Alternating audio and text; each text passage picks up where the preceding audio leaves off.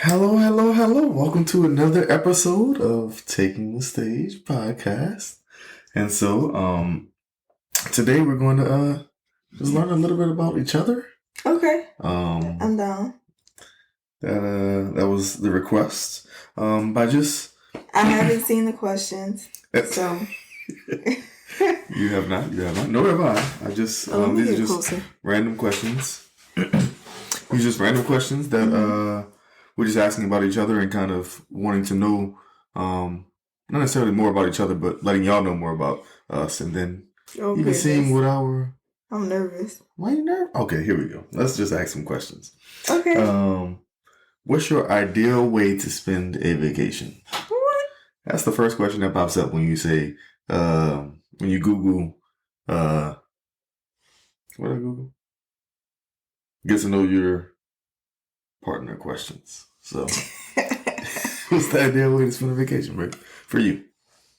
um, well, you know me. When I go on vacation, I like to Ball out. Ball out is the word. no, not ball. Experience every part of it. Well, I think that when you go on vacation, it's supposed to be more comfortable than you are at home. Like it's supposed to be a different experience because if you were gonna do the same thing you were doing at home or less than, you could You just just stay stay at at home. home. Okay. So yes, when I go on vacation, I like to relax. Gotcha. I like to be accommodated. That's a fact. That's a fact. Certainly. And I do like to have, a few good experiences to take away from it. I mean, I'm not one of those people who has to have a full itinerary whenever you go on vacation somewhere. It doesn't have to be that. We can, relax and sleep and nap and things like that. But, you do want to do something wherever you are just to get to know the area and have memories and stuff to take back. Yeah, I'm with you. My ideal vacation is not necessarily a vacation spot specifically. Oh, the Like you question said, was vacation spot? no, it wasn't. It wasn't. It was ideal Oh. way to spend a vacation. So, but I was just saying that, yeah, a lot of people think, oh, well, let me go to, this area or this type of climate or this. Yeah. And my ideal way is, I ain't gonna hold you. It's just spending time with my family. Yeah. But in a different space or a different place or a different mindset where it's not like, okay, the hustle and tussle of regular life. Mm-hmm. It's more of just kind of, oh, well, we just get to spend time together and just like shoot the breeze every day and like you said, just go out to eat and just go have fun wherever we are. However, the experience is in that area. I mean that's the, I don't know, just like I think more so it's the vacation from just, okay, I gotta go to work or which I love my job, but I gotta, have But just like, responsibilities and everyday life. I feel everyday like life. There we go. Yeah. people who don't even do anything still want to go on a vacation. Yeah. Yeah. Yeah, it's, I guess it's one of those things. I don't know. I think that sometimes some people are comfortable where they are and I don't know. I feel like sometimes some people lie and they're like, I don't need a vacation. I would never want a vacation I'm from. so comfortable, da da da. But then you see how refreshing it is. Like, one, to see how other people live and how different where you're from is from wherever you're going. Mhm. And then also just to have like time in a space where you're not like used to how everything goes. Yeah. Like when I'm here, it's like I know exactly where everything goes, where everything should be, how everything should be all the time. And then when we go somewhere else, we have the opportunity to, like you said, do things, even if it's small stuff. Yeah. Room service, yes. Okay, wait. So, this wasn't part of the question, but so where is your ideal place, if there were a place? Well, mid-COVID. Okay. Pre-COVID. Pre-COVID. Yes. Let's see. Pre-COVID, I think that a place I don't know. There are a lot of places that I've wanted to go, but pre-COVID, I like warm tropical areas, and so I still wanted to go to Jamaica. I've never been there, Okay. even though we were supposed to go twice. But Yeah, we were. I'm still holding you to it. Well, so our honeymoon was in DR, Dominican Republic. That was fun. Our And our scary. 1 year anniversary was in Miami, which would be my ideal. I hold love on. Miami. That was yes. As far as vacation spot, yeah. And I Miami's don't just get like how some people are like, that vibe. well, Miami is me because it's like clubs and stuff, but we did not do that at all. We were in no bed clubs. at 10 o'clock. Oh yeah. Oh yeah. Oh yeah. Like we found a respectable church home while we were there. We walked through like the art district, like the just the landscape in general is just so beautiful that that was a really nice city. And we were on the beach, but we were right by the beach. I mean, we were on the beach, but like it wasn't like in our back window. Yeah. But I mean, it was a good time, good hotel. Do you remember we didn't know that the windows were see-through? Oh my goodness, we didn't know the windows were see-through. We didn't know to the second night, to the second or third night. I was like, I think I can see somebody walking. Like, can they see us? And then Paige was like, oh, they can see me. Yeah. The entire time. Anyway, so yeah, we didn't know the windows were yeah. Anyway, but that's my ideal spots. But like I said, my ideal like vibe for I mean, me, you, Mel, and the baby. That's the ideal just vacation because I'm with my family already, which I love to do. But ideally, though, it would be me, you, Mel, the baby, and somebody else.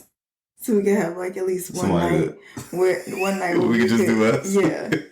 I'm with you. Touche. Because sometimes on vacation, I do want to wake up, look outside, and be like, okay, we're having mimosas this morning. Yeah, you can't really do that with 2 kids. Can't quite do that. Exactly. That's it. You're right. Okay, that was just question 1. Okay, the next question they have is, what makes you dislike a person? Dislike? What makes you dislike a person? That's a loaded question. Okay, you go first on this one. Okay. Because I don't feel like you really dislike anybody. What makes me dislike a person is being dishonest to my face.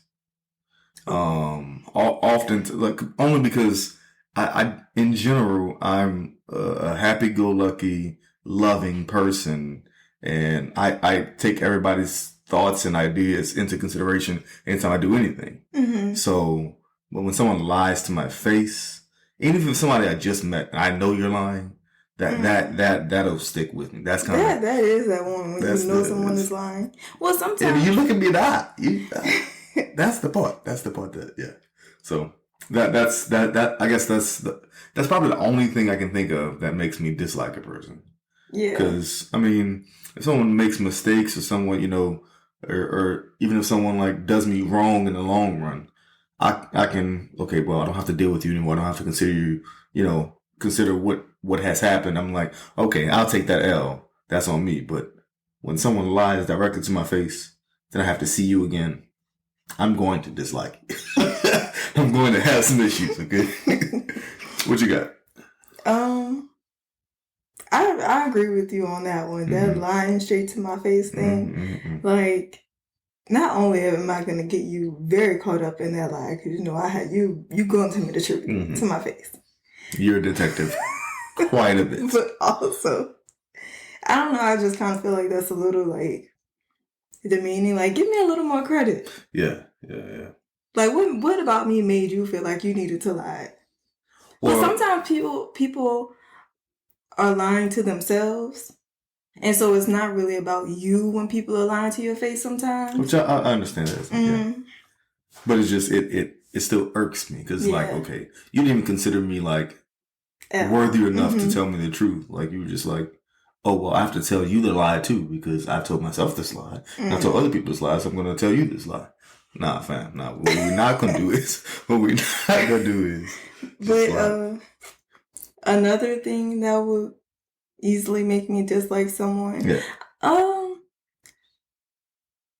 I think that, well, another thing you said, which would be like just being inconsiderate.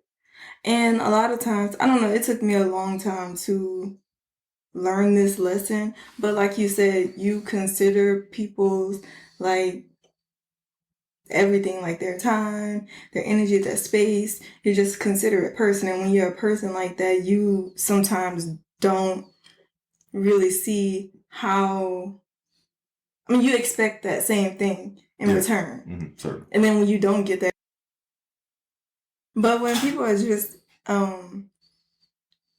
inconsiderate, but not inconsiderate in the sense that they're just being selfish in that moment. When people just genuinely don't care about anyone else but themselves or what's in front of them. Yeah, that, yeah. And it's like, okay,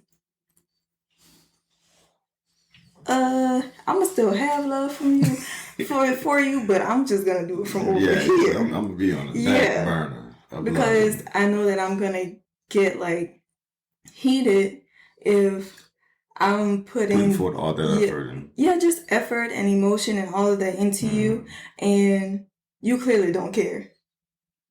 I wonder. Cause you could just look at people sometimes and you're just like, I know you don't pray for me. It's exactly. I know you don't pray for me. I never cross your mind. Yeah, pray for me since 98, 99. Yes. Like, I saw you today. I saw you last night. We were hanging out. And we prayed together. Now I know you didn't pray for me. I know you didn't even thought about me since. You didn't thought once about me since. But yeah, just, stuff like that. And then when people are just offensive for no reason. Oh, yeah. Those yeah.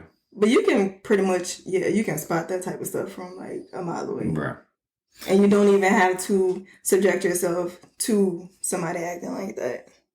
But I think the ones that hurt the most are like when you think that you're kind of close with someone. Yeah. And then you have to learn that hard lesson. Right. Then you get hit smack in the face. Which is why for the longest time like me and you had different approaches on how when we first met somebody, how we would treat them. And for the longest time I didn't get your side, you didn't get my side. Both of us kind of get it after years and years of being together. But like you were real standoffish because you like, I'm not gonna let nobody in my circle and then let that be, affect me in the long run. Well, I'm not gonna let you trip me up over the long haul. Well, it's not even like a hard guard up type of thing. It's just I tread lightly. But I've always you literally said you had your guard up with me. But not hard like you're making it sound. You got to listen to the words. Okay. You had your shield up. Like, yeah. Okay, I got you. Whereas with me, I was the exact opposite, right? I let everybody in, and I got hurt. You were way too nice. Yeah, I was way too nice. You're right. And I got hurt because of it in the long run because I was like, oh, man, I should have saw that coming, huh? You would look at me like this. Because you don't listen. You're right. I didn't, but both of us learned, right? Because a lot of times you had your guard up, and then you probably should have been a little more softer. I'm sorry, your shield. You should probably a little more softer in your shield up. So same thing, we learn, right? All right. Next question. Okay. Do you think you are a confident person? Why or why not? I think I'm fairly confident. I concur that you're confident. But I only say fairly confident because there are some times where I just don't really know how to approach something. And then, like you said, I can be, standoffish until I feel a certain comfort level, which does give you more confidence. But it took a long time to build that because as a child, no. Certainly. So before I answer, I want to ask a question. What does it mean to be a confident person in your head? What does it mean to be a confident person? If you hear that, that's Mel drinking a bottle in the background. Making all kind of noise. I think that confidence is just being comfortable being you in any situation, being unapologetic without being a jerk. So it's not confident about everything in every situation. No. Because that's what you kind of described, and so that's what I'm asking. Because you said, well, you're unsure about certain things in certain Say how circumstances. to approach Yeah. certain things. Okay, so maybe I'm being vague, maybe. So, like if there's a certain situation where that I'm not used to, and I don't really know what I'm still feeling everybody out or something like that. That doesn't take away from you as a person being confident. I think that's the... No, but I thought you meant like your presence. Okay. Well, that's what I'm asking, because I don't know. I mean, it's a vague question as well. Right. But I don't know, for me, being confident is just how, I guess, how you perceive yourself, and then that kind of speaks to how you then present yourself to the world. Do you see what I'm saying? No, I'm with you. So yeah, when I said earlier, I don't really know how to approach something. If there's a situation that I'm just like, I'm kind of unsure about, I may,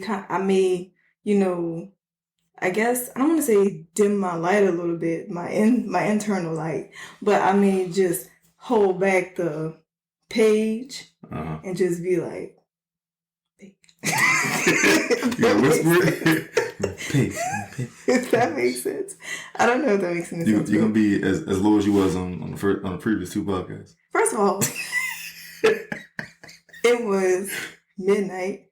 I was studying. That was just on podcast number 1. But you know what my life has been like these past few weeks. Well, I do know that. But this is the only time we can, and we said we was gonna start this podcast. Yes. So no, I'm with you. But I know. Yeah. I mean, you're in law school. You're gonna be. And I'm trying to sit a little closer to the mic. I feel like that was part of it last time too. I was like sitting further away. That's why I gave you the rolling chair this time. roll right on up. Because I know I'm not loud, because that's how I teach. I know you said that the mic would pick up everything, so I thought that I could just like coast back a little bit and but relax. In comparison to me being close to the mic, you being further away, and Anywho, okay. I didn't answer. I think I'm confident now. I guess probably the past 5-6 years, I've grown this confidence. Ooh, lies. What you mean? When I first met you? No, okay. So that's why I want to establish what we mean by confident. Confidence to someone, confident in every situation. Because again, I was like, we said it on the Origin Story podcast, right? I was a shy person in general, but when I'm with like one-on-one with someone and I actually get to know them, they get to know me. I'm as confident as you could tell in front of Dominique, or my best friend. When we playing cards from Papa. Oh, come on! I'm as confident as they come, because I know you are. Every time we go somewhere, it's like, oh, hey Steve, where's Steve? What up, Steve? And I'm like, I'm standing here too. And again, so I have a confidence in me and about me. So that part, but in general, like I felt, growing up, I was weird and awkward and a nerd, and I was short, and so I didn't have the confidence built up inside of me naturally. That took like circumstances and times and around my family, I'm confident, that type of thing. It wasn't just a natural thing. I think nowadays, when you get older, you just kind of, I don't care about what other people think anymore. I think once you grow into yourself a little bit, you really start to like shed all that BS. Bruh, just toss it out. It's not, because it doesn't, you don't gain anything from it, from feeling that way. You gain from, okay, well, yeah, I am confident. So I can feel that way nowadays. Whereas, when we first met, I was confident in spurts versus all the time. I wasn't confident all the time. I mean, we got other stories. We got plenty of stories. We got plenty of podcast time. Okay. Let's what else they got? The next question was what about yourself are you most proud of?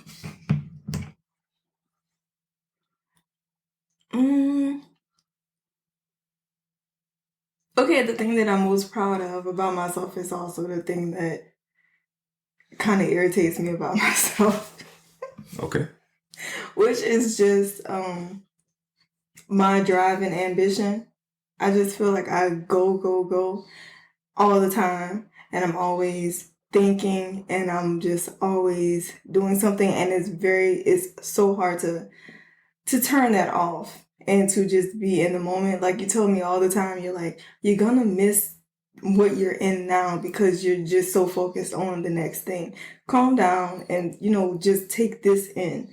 And I struggle with that. So that's the thing that I am most proud of because, I could just be bumming it. But that's also the thing that's gonna give me some early grades. Yeah. Yeah. Well, okay. So to give you some credit, I have realized. I think I told you yesterday, or the day before, that in that same vein, you have started to at least take in the moments a lot more than you used to, right? So like when I see you, Mel's in the tub and you're just watching her from afar and just standing at the door, about to cry like you are right now.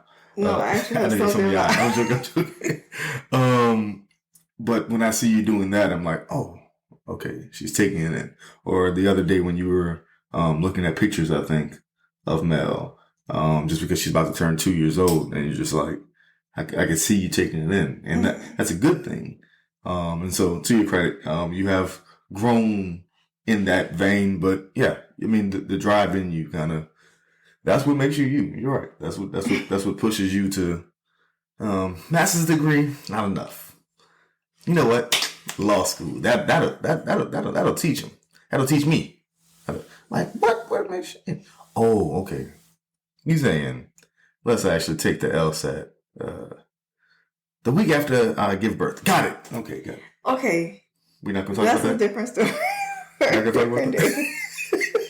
Because that's not how that was supposed to go. Okay. It's how it happened. Okay, I'm just speaking facts. Okay. But my turn to answer. Okay. What about yourself? Are you most proud of? I ain't gonna hold you. It's okay. Most proud of for what I planned was I'm living my dream kind of right. So we're in small town. I have my wife. I got my kids. I have my dream job of teaching at a university.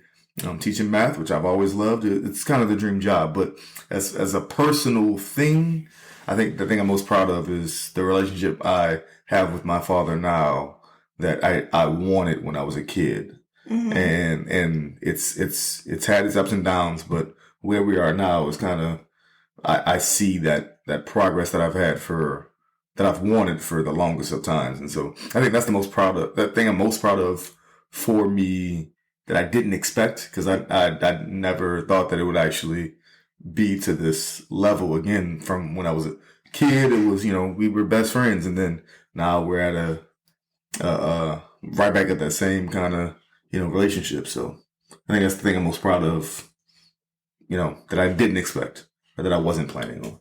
Aww. Ain't no alls, man. Dude straight, fam. Dude straight. Not dude straight. Okay, I don't know how many questions we're gonna do. We're gonna try to do it. Let's maybe do 10. Okay. Question 5 says, what would the best version of you be like? What does that mean? I have no idea. These are very vague questions. I think they're just kind of... Okay, give me the next one. And if I don't like the next one, then I'll do that one. Nah, man, we'll just go to 6 through 11. Okay. 6. What life experiences did you miss out on? Life experiences that I miss out on? I don't really feel like I missed out on anything. I don't know. Well, I was thinking the other day how I as a kid growing up, I didn't get to do a lot of things that like other kids got to do. So like, I don't know, like, maybe it was because I'm like the oldest child, but always having like my sister and brother with me all the time. And then we were limited on like the types of things that we could do. Like I couldn't really have nail polish. I didn't really get to play in makeup till I was like in college. just like small things that I wanted to do, just like trivial stuff. But I don't really think that I missed out on like a full experience. I don't know. I think that my mom kind of was very well at making sure that we were all well rounded and that we got to see different things and do different things and experience different types of people and stuff like that. So we didn't, I mean, New Orleans wasn't the only thing that we knew type of thing, So Yeah, yeah. I mean, well, so I mean, for the most part, I don't think I missed out on much in life. Uh, I think, I you do know, think I kind of missed out on part of my college experience. okay. She's saying because she wanted all this early on in her college experience Whatever. that she couldn't really, do her own little, whatever with other people. I never even really dated, so and you just You like didn't need to. You're welcome. You're very welcome. So I guess growing up, maybe I missed out because we were, again, very church folk. Very, my parents didn't let us hang with nobody like talking about it. And so, or as my uncle would say, boy, y'all was sheltered. Which, if you grow up in the 90s, 2000s and your family is church folk, then yeah, you're going to be sheltered. You're going to be, you can't hang with many other people other than family and other church folk. So maybe I missed out on, sock hops and sock hops. What year did you go to school? y'all didn't have sock hops in middle school? Mm-mm. I just heard about it. I didn't. Well, you In know, I middle school, went they to had all it. girls school. Maybe that's one thing that I Yeah. missed out on. I was in all girls school, True. so I didn't really have the traditional school experience. Well, except for the hurricane year and then going to college. Yeah. And it was only middle school because I guess sock hops had kind of faded away by the time I got to 7th grade, 8th grade, whatever it was. I just remember like people would go to, like the only party I went to was the one that was at the school. Sock hops. You heard that on TV? No, they had sock hops, man. Wait, look, even into 9th grade year, I'm pretty sure they had sock hops. That's what they called them? Yes.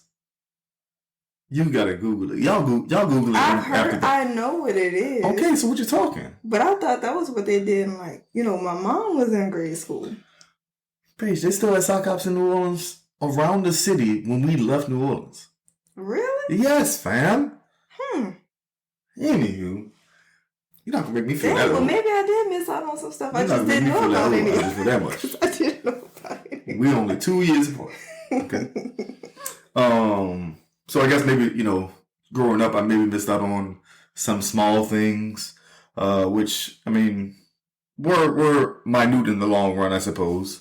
But no, like in college, as an adult, I didn't miss out on much. Mm-hmm. I mean, yeah, we've been together the entire time, your entire adult life, most of my adult life. So it wasn't much to miss out on. I'm with Paige Babe, you hear me? Let's see what else. When are you the most, quote unquote, you? When are you the most you, Paige? The most me? Yeah. Your version of the most you, when are you that person?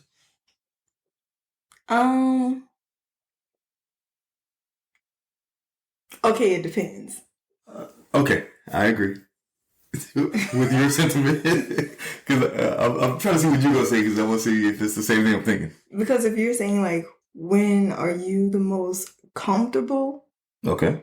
Or, like, uninhibited, that's when it's just us three and we're doing what we normally do, which is just we're focused on the time that we're spending together. Well, I guess I'll say us four. The time that we're spending together instead of everything else. Like, those days where, kind of like on Sunday, this past Sunday, where we weren't really on the phone, weren't really on like social media or anything. We just like spent the whole day together. I didn't know what my phone was. Yeah, and it's like, that's why I just like our dynamic. We just have those moments where it's like, everybody else is like focused on all this other stuff, and then we have our little, I guess, force field here where we don't worry about anything like that. You're right.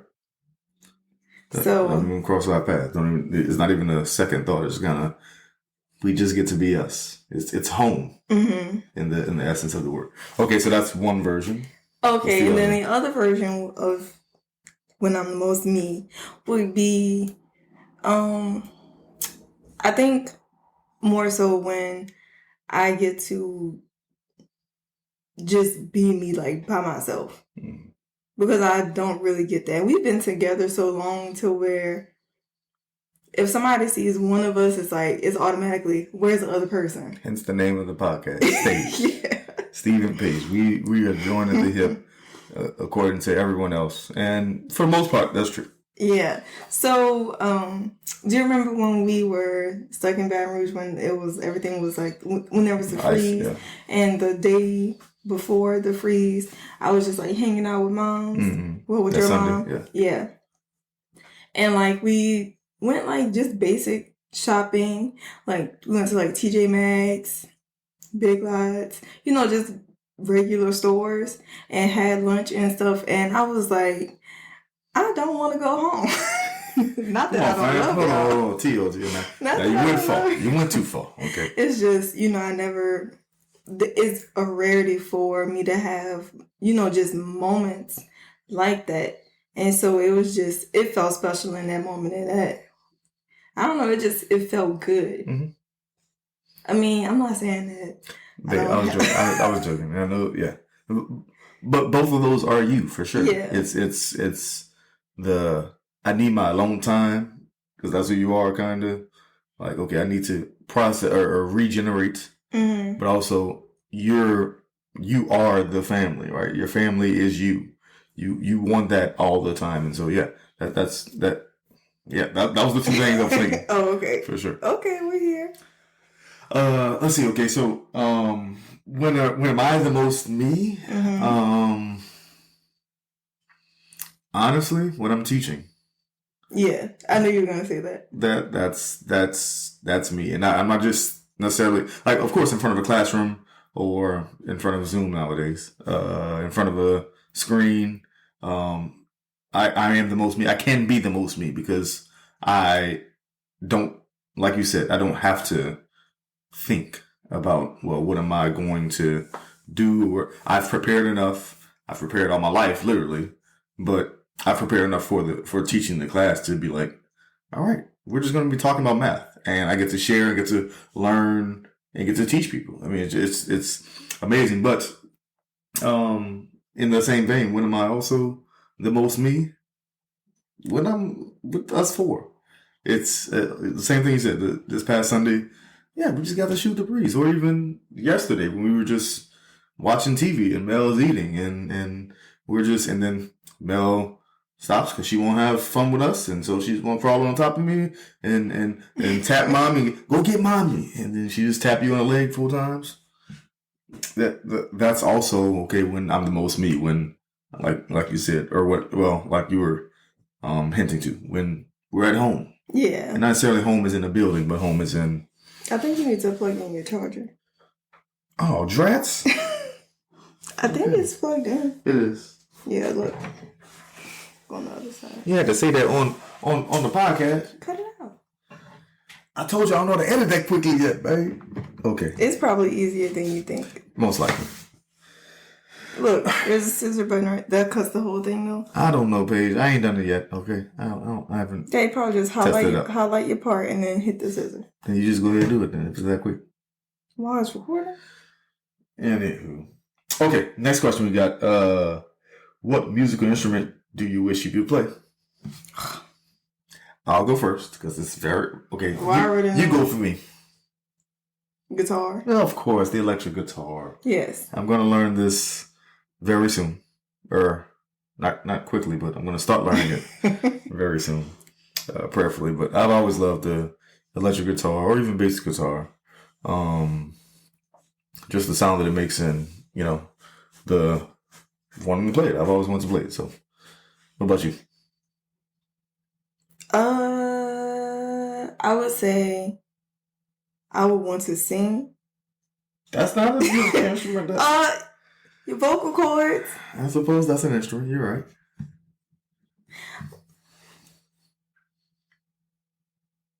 Oh, that's all you got. Okay, all right. I mean, that was a great question. Because Next question. The only other thing would be piano, but when you can sing, you can like blow the house down anywhere. You can do that with a piano too and a guitar. But you have to have the piano all the time. Somebody can ask you to break out a song anyway. You don't think people who could blow on a guitar always have their guitar? They always have their guitar if they could blow on a guitar. At the doctor? Paige, are you singing at the doctor? You that's news. That's it. I'm done. Next question. You know how long it took me to think of that one? This is a terrible question. I'm not even gonna do that one. What age would you like to live to? What? That's a weird one. Okay.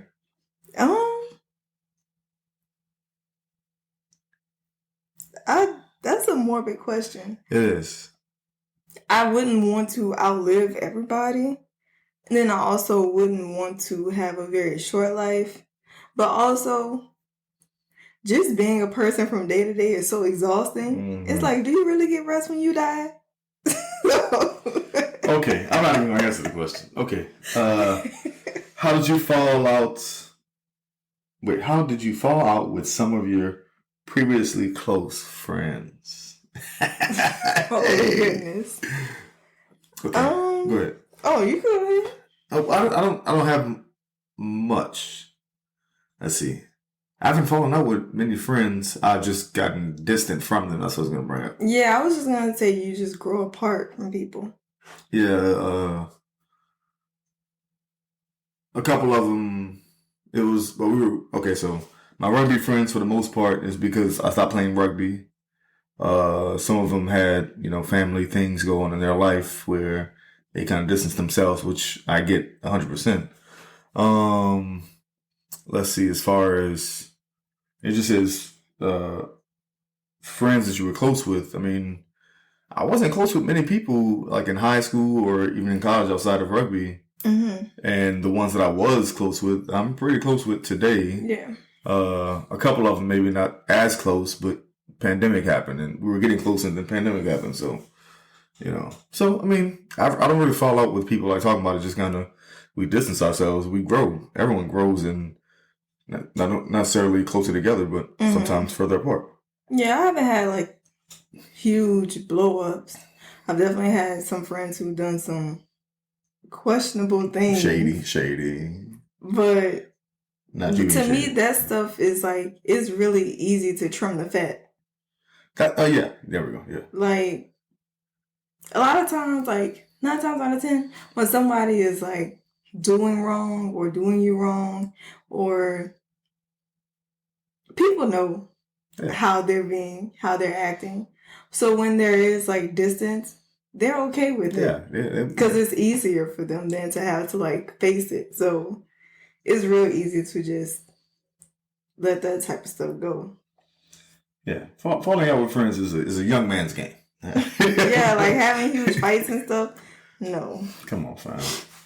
Okay. Let's do a few more. Okay. When has a mundane occurrence or chance completely changed the course of your life?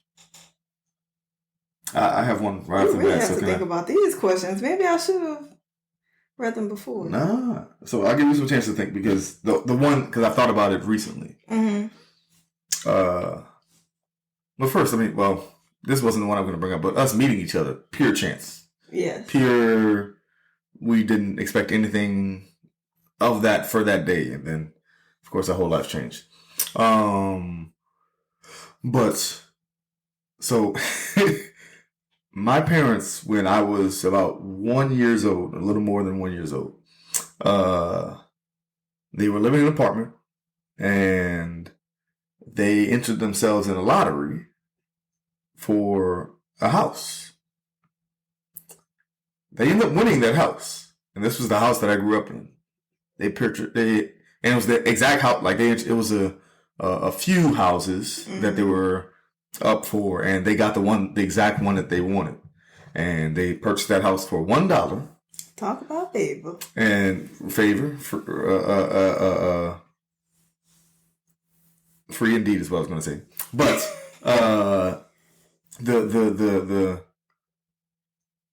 the chance of that happening and then me growing up in that house is astronomical, seemingly. But like you said, I think it was favor. It was intentional. It was the Almighty's purpose for us, for us to have that house. And so, that's one thing that, again, seemingly is, the chances are beyond what we would think, but not if it's his will. So if it's the Almighty's will. All right. So what you got? What was the question one more time? When has a mundane occurrence or chance completely changed the course of your life? Other than us meeting? If this one wasn't like a mundane occurrence, but I will say there are certain things that kind of change you as a person forever. And I know that one of the biggest things, I guess the earliest things that were like, the earliest thing that was big to me was when Katrina happened. I kind of feel like when that happened, everything shifted, and then like my whole life was different. I was just like a completely different person coming out, like on the other side of that. Yeah. So yeah. Yeah. Both of us were in high school at the time, and so that was a rough one. It's like you go in, and I was like this like happy-go-lucky kid. Yeah. You come out. If this is you come out an adult after Katrina. Yeah, it's like you come out grown. You come out grown on the other end, and for sure.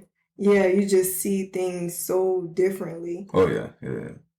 That and just like I don't know, just loss in general. Oh, that has always been things that have really like shifted the course of my life. Yeah, or even both of our lives for sure. Just kind of those are moments where it's just like, yeah, okay, yeah, this life stuff is real, man. Okay, a couple more. Let's try. Okay. Are you happy with the people you surround yourself with? Why or why not? Yes. Who would not be happy with the people that... Well, first of all, okay, so let's address this question by noting that though I think both of us are happy with the people that we surround ourselves with, some people aren't. Okay, I can see it. I would say yes. I think that we've been very blessed with the people who are in our lives, and just, speaking for myself, you know how we always talk, and it's like the person you are, you kind of take bits and pieces of everyone else, like mixed in with your life experiences, and that kind of makes you who you are. So I really like the fact that I've always had different people around me, people with different opinions, different opinions, different mindsets, different backgrounds, to where I can learn from them, they can learn from me, and I don't know, I feel like when the people who you're around kind of they should be making you a better person all the time. Yeah, if you're doing it right. Yeah, I mean, some people in life need you more than you need them. That's true. But that doesn't mean that you do away with people. Yeah, not necessarily for that point, for that reason, no. Yeah. So I mean, I think we, I don't say designed it, but I credit us for, the people around us are around us because we make them better and they make us better. It's supposed to be that way. That's how we intentioned our lives to be. And that, like I said, I think that's the way it should be, right? So if I'm not helping you, you're not helping me, then why are we doing this? What's the point of it? Why is this going nowhere? And that's not just a relationship. I'm talking about any friendship, any family member, well, why are we doing this? Or can I help you if I'm doing something for you? Yeah. Then and it's a one way thing at least. Okay, but I see that you're getting something out of it. That type of thing. So yeah, I think that's how we intended our lives to be for sure. Right. All right, let's try one more at least.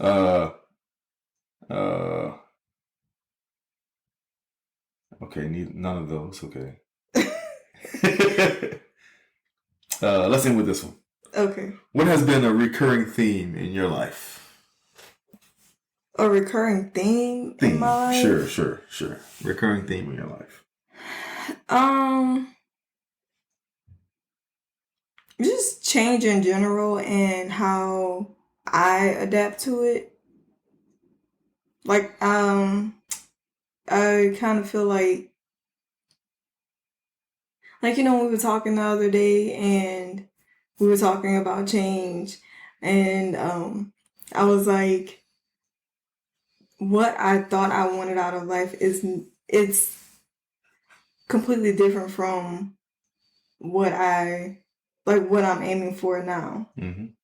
And so that when I say change, it has always been like, am I giving up pieces of myself or am I just like evolving, Like, am I okay? Yeah, that's a word. Snap. Okay, baby. Look, I wish I had my head down. Whip it. But, yeah, because it's like on one side, you could have the mindset of, am I taking away from the person I want to be, or am I just building on this person I'm becoming? And I find that going through changes in life, you have to stay on like the other end of it, because it's very easy to get pulled down into a sunken place. It's easy to get pulled down into, this headspace where you kind of lose yourself almost. Mm-hmm. But when you stay on top of it and you focus, what your end goal is, you just come out so much better on the other side. And it makes this like journey so much easier instead of trying to hold on to what you thought it should be like. When you can easily let go and make room and make space for the newness. Well, Jonathan Reynolds, this hold on. You're trying to make room. I think that's the biggest point of everything for me, especially right now. Yeah, I don't know how to follow that. I don't know how to follow. No. You always do, so come on, what you got? What was the question? What's been a recurring theme in your life? No, so I was gonna say change. And to the point I was gonna make was to get into grad school, I needed to write an essay about myself. And the theme that I was given by said life was that I'm a chameleon, that I can adapt, that I adjust, that I'm able to just whatever environment I'm in, I fit in, and I'm able to fit in seamlessly. So that was what I was going to say, but since you already brought it, which I think maybe for the most part it's still true, but the theme I was going to bring up was faith. Mm-hmm. Faith is a recurring theme, and not necessarily, always, and I'm not talking about just religion wise, as far as, faith in the Almighty, faith in what He has planned for me. That has always been the case, of course, but even more so, faith in us as a couple, I can hold on. One of the reasons why I knew that you were the one for me was that I didn't have to doubt myself around you. I knew that Paige gonna be there. She gonna work with me through this, whatever it is. And I thought them both for you. And for sure, For sure. She gonna throw them bows. No, but I get what you're saying. People think all of this is easy. No. No. You have to be willing to work for anything. But also you have to have faith in the fact that I know she'll work with me just like I'll work with her. But also, even deeper than that, faith in myself, which has, like you said, has taken work, has taken time, has taken exhaustion, has taken crying nights and crying days for that matter. Hold on. See, she's saying that because I be crying. Okay, I don't mind saying it. I be crying. Okay, you do be. I do be crying. There ain't nothing wrong with that. People be crying. Men be crying. Grown men. Okay. Anywho, but faith in myself, faith in us, faith in our family structure, and of course, as the head of our lives, faith in our Creator. So, faith without works is dead.